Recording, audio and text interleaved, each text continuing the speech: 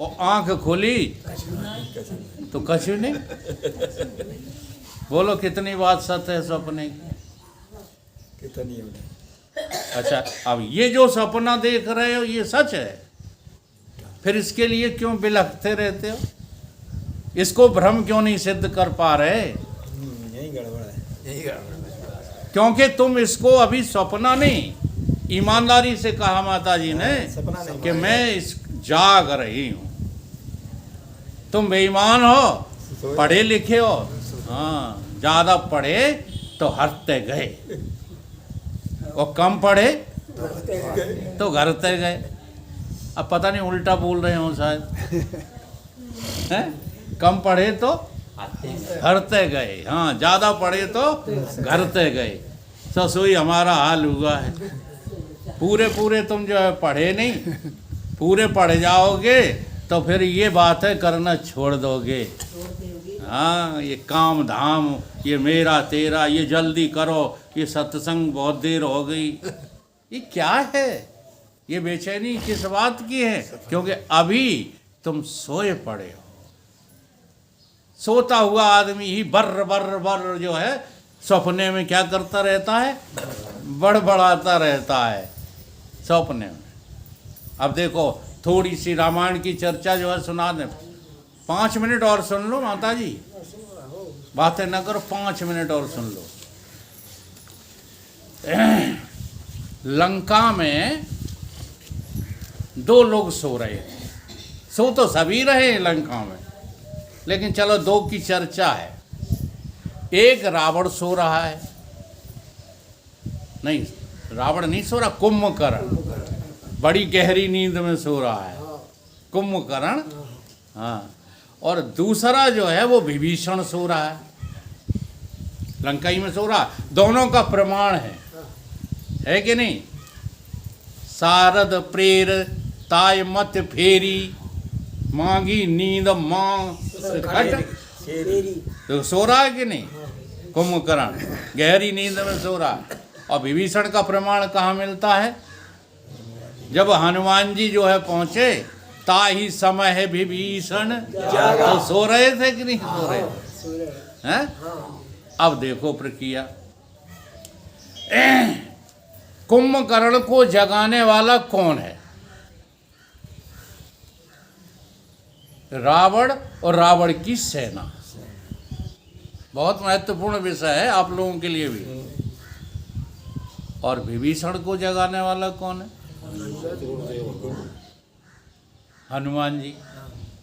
हनुमान जी ने विभीषण को जगाया और कुंभकर्ण को रावण ने जगाया। ठीक है, अब रावण जिसको जगाता है उसका भोजन क्या है?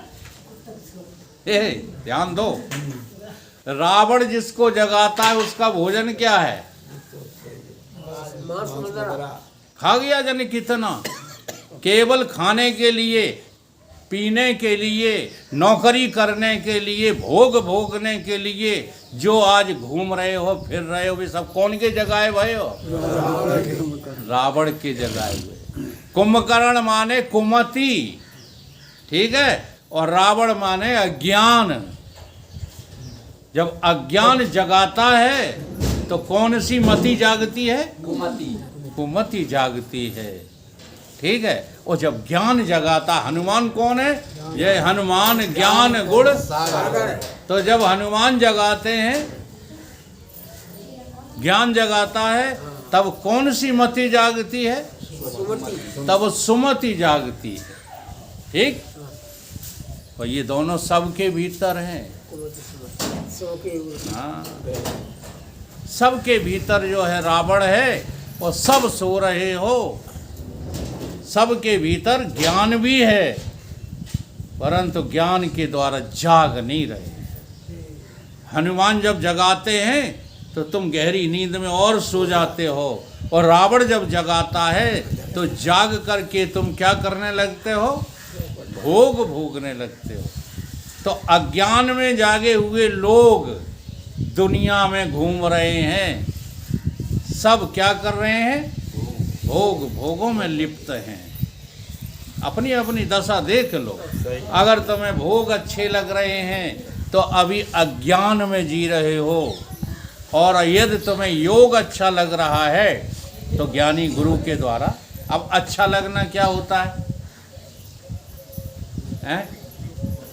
अच्छा लगना तो ये होता है स्वामी जी युग पुरुष जी महाराज हमको अच्छे लगने लगे। बड़ी ईमानदारी से हम बात करते हैं। हमारे जो गुरुदेव थे वो हमें अच्छे ही नहीं लगे कभी। हाँ, सेवा की, शुश्रूषा की, उनकी बातें सुनी, बहुत कुछ उनसे लिया, लेकिन अच्छे नहीं लगे। मैं अच्छे लगने की परिभाषा बता रहा हूँ। और युग पुरुष जी महाराज मुझे अच्छे लगे। तो अच्छा जो लगता है, जानते हो, जब तक वो बैठा रहता है, जब तक मेरी आंखें, मेरा मन, मेरी बुद्धि उनमें लगी रहती है, हाँ, जब तक वो बैठे रहते हैं। और जब वो खड़े होके चले जाते हैं तो दिल में जो है उदासी छा जाती है, दिल, आँखों से अश्रुपात होने लगता है कि महाराज जी तो चले गए। ये अच्छा लगना है, समझ रहे हो कि नहीं? अपने अपने को टटोलना। हम यहाँ बैठे ही रहते हैं और हमारे श्रोता सब भाग जाते हैं, तो हम अच्छे लगते? देख लो, अच्छा लगना। और आपके कई नज़दीकी के उदाहरण दे सकते हैं। जी हाँ, दूल्हा को दुल्हन अच्छी लगती है, दुल्हन को दूल्हा अच्छा लगता, सब रात जागते रहते। बोलो, है अच्छी? तो अच्छा लगना सीखो। अभी भगवान तुम्हें अच्छे नहीं लगते, अभी गुरुदेव तुम्हें अच्छे नहीं लगते। जब भगवान और गुरुदेव अच्छे लगेंगे तो गारंटी है तुम्हें अच्छे लगना चाहिए और तुमको वो मिल ही जाएंगे। सतगुरु मिले तब जानिए, जब मिटे मोह संताप, हर्ष शोक फिर व्यापे नहीं। काय का संसार, काय का काम, काय का धंधा, ये चलते रहे हैं, चलते रहेंगे। अच्छा, जिन भक्तों को भगवान मिल गए उनके धंधे बंद हो गए क्या? उनकी जो है, उनका परिवार की जो है श्रृंखला बंद हो गई क्या? देखो, विभीषण को मिले भगवान, सुग्रीव को मिले भगवान, प्रहलाद को मिले, ध्रुव को मिले, और सबके काम चले, सबके राज्य चले। केवल बात को समझना है। जब बात समझ में आ जाती है तो ये जगत की बेचैनी भाग जाती है, और इसी का नाम भ्रम है। रजत सीप में भास जिम, यथा भानु कर बार, यद्यपि मृखा तिहु काल में, भ्रम न सके को। अपने भ्रम को जो है टारना है तो सतगुरु की शरण में रहना ही पड़ेगा।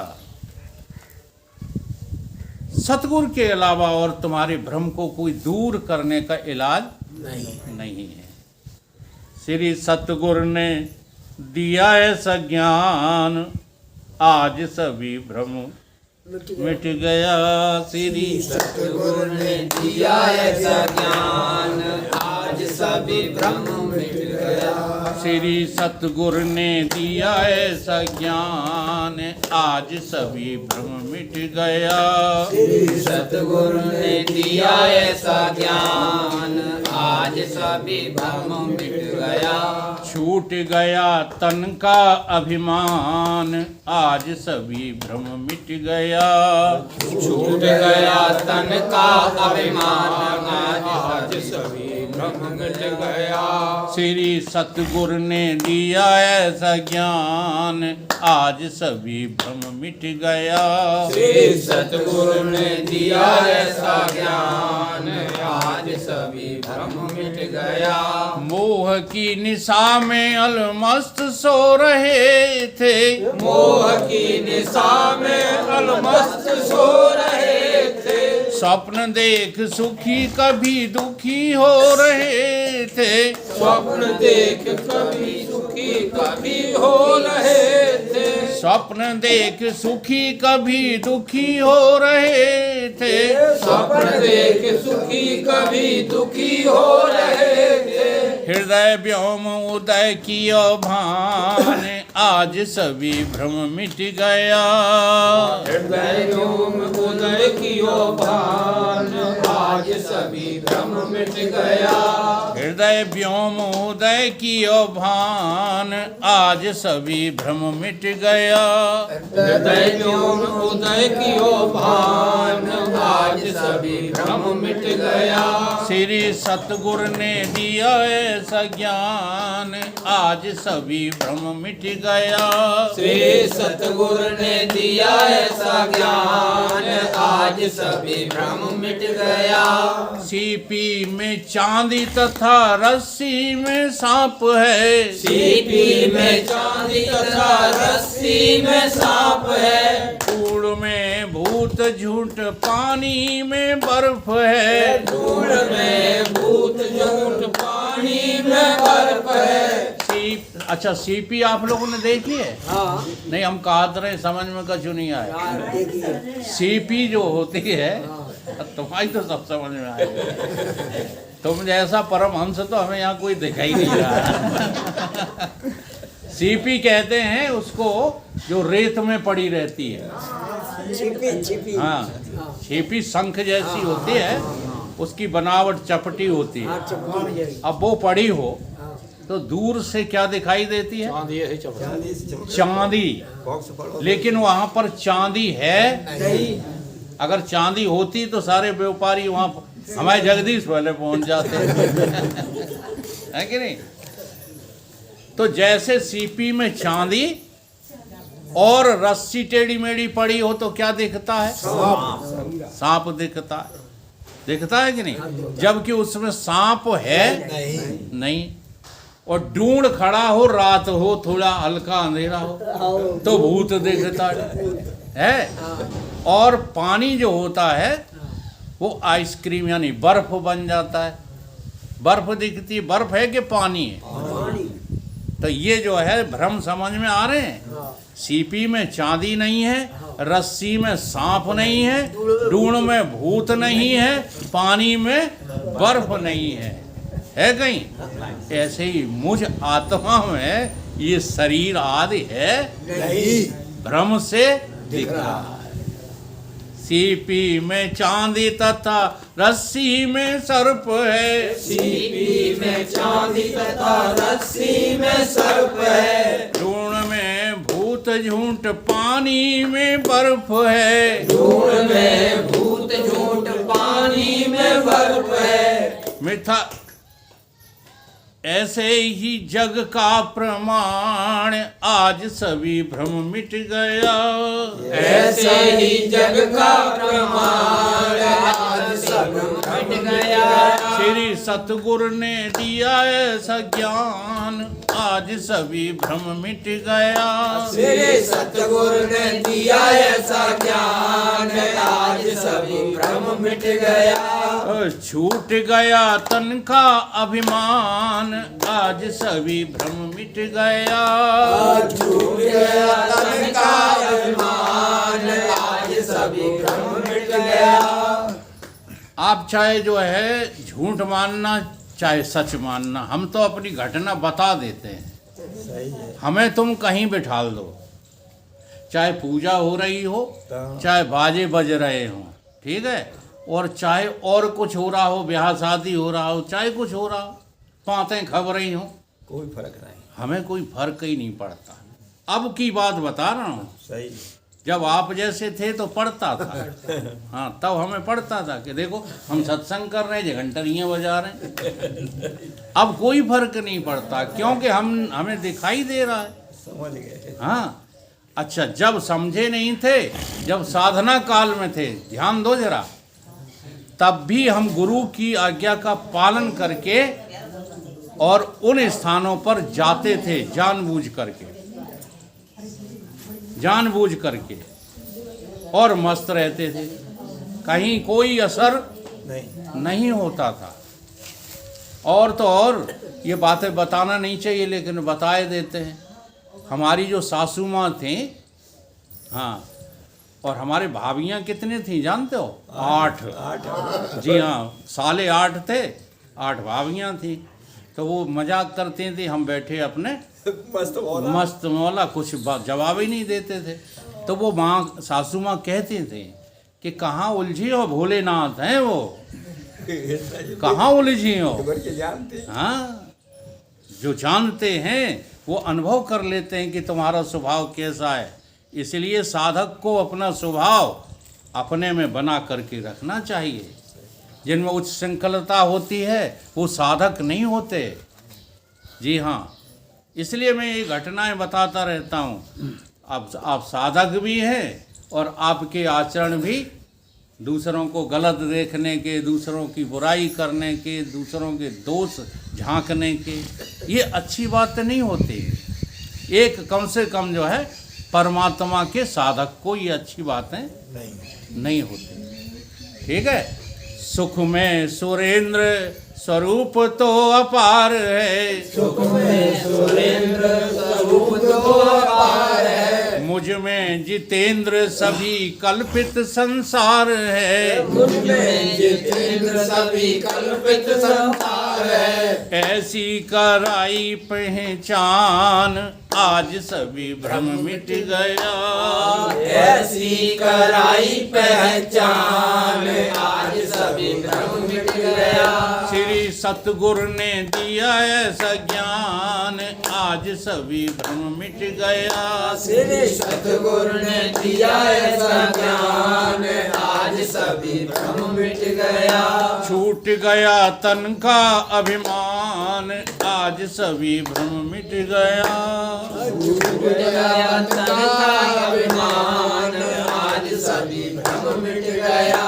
तो भगवान कब मिलेंगे? जब हम अपना भ्रम मिटा लेंगे। और भ्रम कहाँ मिटेगा? सत्संग में। और सत्संग में भ्रम मिटने वाले का नाम क्या है? सतगुरु। बिना सतगुरु की शरण में आए भगवान नहीं मिलते, है ना? तो इसलिए रामचरितमानस में भी कह दिया है, गुरु बिन भवनिध तरे न कोई, चाहे बिरंच शंकर सम। आप कितने भी बड़े हो जाना, सतगुरु की शरण के बिना भगवान का कभी भी दर्शन नहीं हो सकता। बोलिए सतगुरु भगवान की जय।